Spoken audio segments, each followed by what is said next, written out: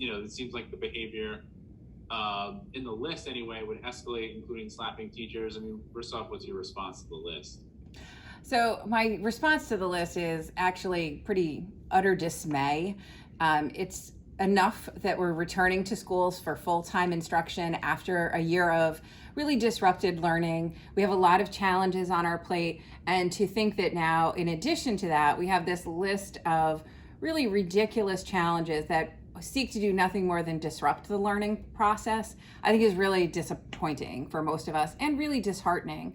We keep in mind that any educator in any building is there purely to ensure that students are educated, that we take care of other people's children as our mission, and to think that the response to that would be some sort of list that includes assaulting the staff is obviously disappointing.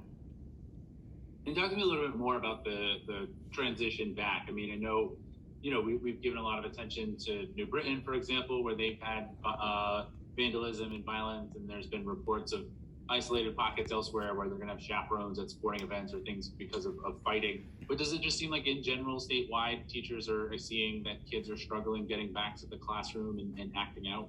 So I think there is a sense of really needing to re-enter and reset some boundaries and goals and objectives and what our climate is going to be like. I mean, I think as with any type of extended, prolonged disruption, you have to hit sort of a reset and figure out, okay, what is the game plan here, and how do we all get back into the same space with similar rules, and understanding how we're going to communicate, how we're going to deal with different stressors that are going to come up. You're dealing with a lot of people in small spaces, and so we want to make sure that there's supports in place that allow us to transition, allow us to talk. I mean, I think the biggest thing that we have to make sure there's time and space for is talking through the issues that come up. Because I think when I think about educators, I know that their intention, their thought is, how do we help?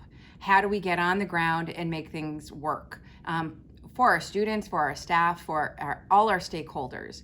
And so I know that we have to build in time for that to happen, because I think my concern is if we don't address issues, we end up in a space where things escalate, and we don't want that.